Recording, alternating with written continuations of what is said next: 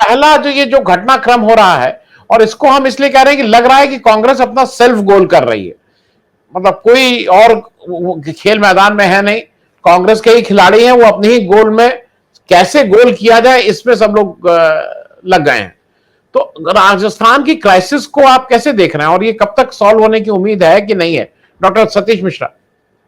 देखिए, ऐसा है कि राजस्थान में जो घटनाक्रम चल रहा है वो चीफ मिनिस्टर अशोक गहलोत साहब वरिष्ठ कांग्रेसी नेता हैं, 3 बार मुख्यमंत्री रह चुके हैं, 71 वर्ष के हो चुके हैं, और पिछले चुनाव में जबकि कांग्रेस पार्टी की हार हो गई थी, और उस वक्त जब सचिन पायलट को राजस्थान कांग्रेस का अध्यक्ष बनाया गया था, तो उस वक्त जो सचिन पायलट ने जो काम किया था उसके आधार पर कांग्रेस की जो असेंबली में सफलता मिली, और उस समय ही असेंबली से पहले ही अशोक गहलोत जी उस प्रकार से सक्रिय नहीं थे जैसे सक्रिय होना चाहिए था उनको।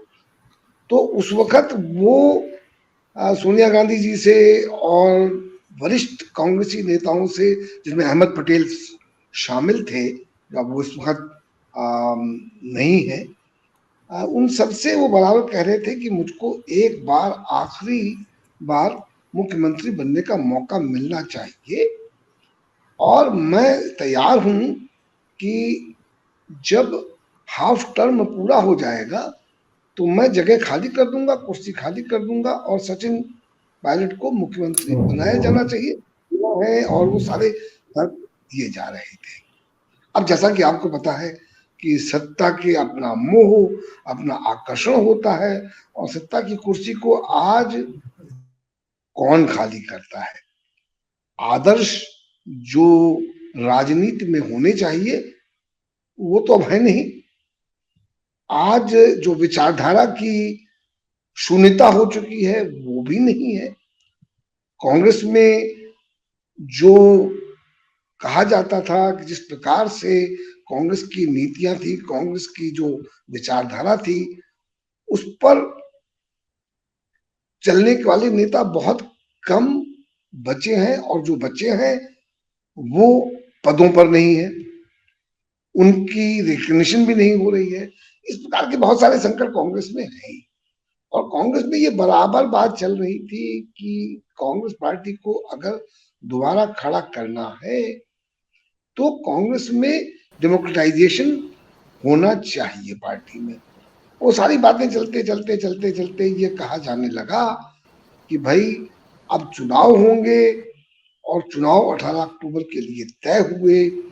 उसमें ये पाया गया कि अशोक गहलोत जी, चूंकि वो पहले एक बार वायदा कर भी चुके थे, और अशोक गहलोत जी सीनियर भी हैं, अशोक गहलोत जी का जाति समीकरण भी ठीक है, वो सब तक सोचते हुए ये कांग्रेस हाईकमांड ने और वरिष्ठ नेताओं ने मिलकर ये सोचा कि भाई देखिए, अशोक गहलोत जी अगर पार्टी अध्यक्ष बनते हैं तो अच्छा होगा, पर उसके लिए चुनाव होना चाहिए। और उसके जो G23 का ग्रुप बना था उसमें से शशि थरूर जी, और भी नाम चल रहे हैं, इस वक्त मुकुल वासनिक जी का नाम चल रहा है, दिग्विजय सिंह जी का नाम चल रहा है, कमलनाथ भी का भी नाम चला दिया गया है। हालांकि मुझे लगता नहीं है कि कमलनाथ जी का नाम सीरियसली चल रहा है। बहरहाल ये नाम सब मीडिया में रिपोर्ट हो रहे हैं, और जैसा कि मीडिया में आजकल हालत है कि इंफॉर्मेशन कम होती है, स्पेकुलेशन ज्यादा होते हैं। ये बड़े अफसोस की बात है कि आजकल पत्रकार जो ब्रेकिंग न्यूज में लगे रहते हैं कि कोई भी कह देता वो न्यूज ब्रेक हो जाती है।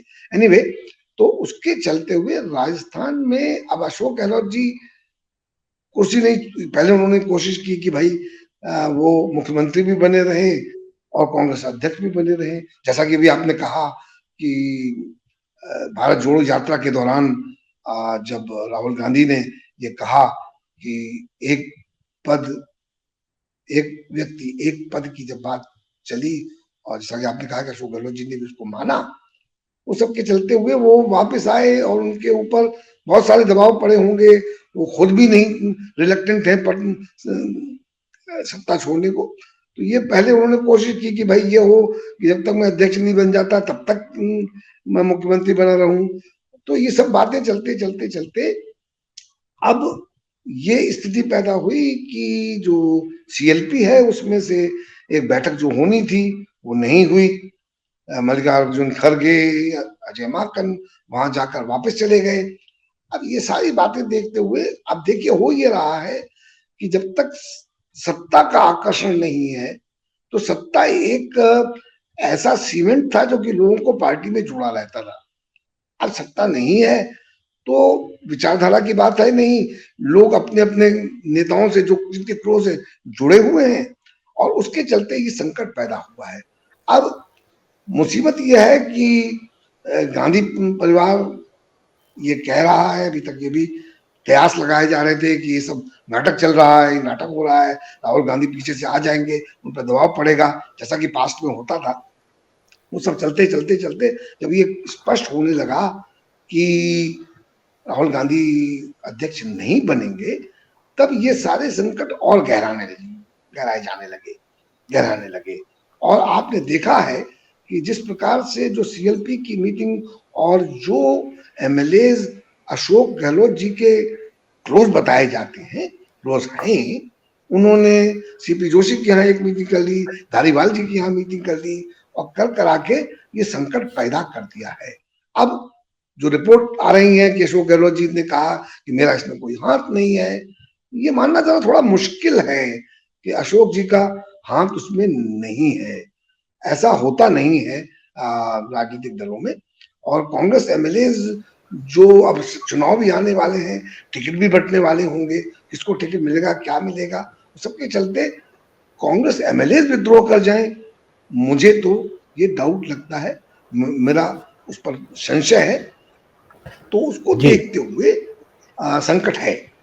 मैं डॉक्टर सतीश आपसे दो चीजें, एक तो मुझे अजीब सा लगा जब अजय माकन जी ने यह बयान दिया और कहा उन्होंने, ब्रजेश मैं आ रहा हूं 1 मिनट आपके पास, ब्रजेश जी आपके पास आ रहा हूं।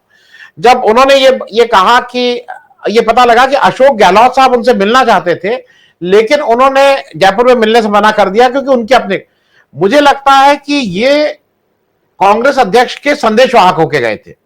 वहां अच्छा मिलना था, बुरा मिलना था, अशोक गहलोत ने गलत किया, सही किया, ये हक मेरे ख्याल में एक चीफ मिनिस्टर हैं, उनको इतनी इज्जत तो अजय माकन को देनी ही चाहिए थी कि अगर वो मिलना चाहते थे कुछ भी हो, उनको लगता है गैर तो वो मिलना उनका, अगर नहीं मिले हैं तो अजय माकन इस लायक नहीं है। एक दूसरा जो एक अभी सूचना आ रही है कि अब जो गांधी परिवार है उसके कैंडिडेट अब पवन बंसल जी होने जा रहे हैं। आपको लगता है कि ऐसे लोग जो अपनी सीट ना जीत पाए, ऐसे लोग जिनके नाम पे क्या क्या हुआ था और जब रेल मंत्री थे सबको पता है, इससे कांग्रेस के लिए तो मतलब बीजेपी को घर बैठे जैसे होता है ना, बिना कुछ किए ये सारी चीजें हो रही हैं बीजेपी की। डॉक्टर सतीश। आनंद वर्धन जी, समस्या ये है कि ये जो आप कहते हो ना खबर आ रही है, ये खबर की कितनी निष्ठा है और कितनी सत्यता है, हम जो पिछले 50 सालों से पत्रकारिता कर रहे हैं इसको अच्छी तरह से जानते हैं। देखिए ये न्यूज अक्सर गलत साबित होती है। पवन बंसल जी जाकर वहां पर, पवन बंसल जी अपने को खुद प्रोजेक्ट कर सकते हैं, ये कोई बहुत बड़ी बात नहीं है। देखिए अब जैसे खबर चली कि शशि थरूर जी को सोनिया गांधी जी ने कह दिया है कि आप लड़ें। अब ये सारी बातें अगर आप सोनिया गांधी जी को जानते हैं व्यक्तिगत रूप से तो आप ये कहेंगे, वो कभी नहीं कहेंगी कि आप जाकर लड़ें, वो कहेंगी जिसको लड़ना हो वो लड़े। देखिए कुल मिलाकर हो ये रहा है कि जिन मूल्यों की बात आप सब कर रहे हो, जो मूल्य की बात कर रहा है उसको तो पप्पू बताते हैं ना, और उसमें कांग्रेसी बड़े नेता जिनका कांग्रेसी विचारधारा में कोई निष्ठा नहीं रही, कुर्सी की राजनीति करते आए, जिसमें कि अब अगर आप देखें अशोक जी 3 बार मुख्यमंत्री रह चुके हैं, उनके ऊपर क्या जिम्मेवारी नहीं बनती है कांग्रेस को खड़ा करने की? क्या उनको नहीं चाहिए कि आगे आने वाली जो पीढ़ियां हैं उनको आगे बढ़ाएं? क्या ये जिम्मेवारी नहीं पड़ती? आम पत्रकार, छोटे पत्रकारों को क्या नहीं सिखाते थे, आगे नहीं बढ़ाते थे क्या? सिर्फ अपने को ही केंद्र में रखते थे। देखिए, माँ बाप, बाबा दादी के ऊपर एक कर्तव्य होता है। अब ये कर्तव्य, ये जो निष्ठा है वो अशोक जी की कहाँ चली जाती है? अशोक जी जैसा, अभी एक साथी ने कहा कि सचिन पायलट जी को वो साथ लेकर आगे बढ़ा सकते थे। आखिर उन्होंने मेहनत की थी। शुरू में उन्होंने क्या किया, उनको डिप्टी चीफ मिनिस्टर तो बनाया पर निर्णय नहीं लेने दिया, कोई फाइल उनके पास जाने नहीं दी, उनको बिल्कुल दरकिनार करते गए। ये देखिए, ये अशोक जी जिस प्रकार से आप लोग बता रहे हैं, अशोक जी का वो व्यक्तित्व नहीं है। अशोक जी को इस उम्र में क्या कमी रह गई? क्या उनको कौन सा पद नहीं मिला है? क्या आप चाहते हैं कि अगर आप किसी भी पत्र में संपादक बने हैं तो जीवन भर आपको संपादक बने रहना चाहिए? क्या आपको कुर्सी खाली नहीं करनी चाहिए? ये मुख्य प्रश्न है और ये क्राइसिस कांग्रेस की नहीं है, समाज स्तर पर है, सामाजिक स्तर पर है। देखिए, जिस वक्त अडवाणी जी ये कहते थे पार्टी विद डिफरेंस, तो उस वक्त मैंने उनसे पूछा था कि क्या आपका कैडर कहीं और से, आसमान से आता है जो पार्टी विद डिफरेंस होगा? सिर्फ इसलिए कि आप सत्ता में नहीं आए हो, इसलिए आप कहते हो कि हमारा वर्कर, हमारा लीडर, हमारा जो काडर है, जो हमारे नेता हैं वो ईमानदार हैं। आज आप देखें भारतीय जनता पार्टी में और कांग्रेस की भ्रष्टाचार में कोई फर्क है क्या आपको नजर आता है? समाज में जो भ्रष्टाचार फैला हुआ है वो एक बहुत बड़ा कारण है। हम आज देखिए, जिससे कि अभी किसी साथी ने कहा कि सारी अपेक्षाएं हमारी कांग्रेस से होती हैं। किसी एक पार्टी में बता दीजिए जहां हाईकमान ना हो, कोई एक सिंगल पार्टी का नाम मुझे दे दीजिए, इंक्लूडिंग लेफ्ट पार्टी, जहां हम लोग सब ये उम्मीद करते हैं और बहुत ईमानदार नेता है वहां पर वहां पर भी तय फौरन कुछ नेता मिलकर ही करते हैं। यहां अगर आरएसएस ना चाहे तो क्या कोई एक मंत्री बन सकता है?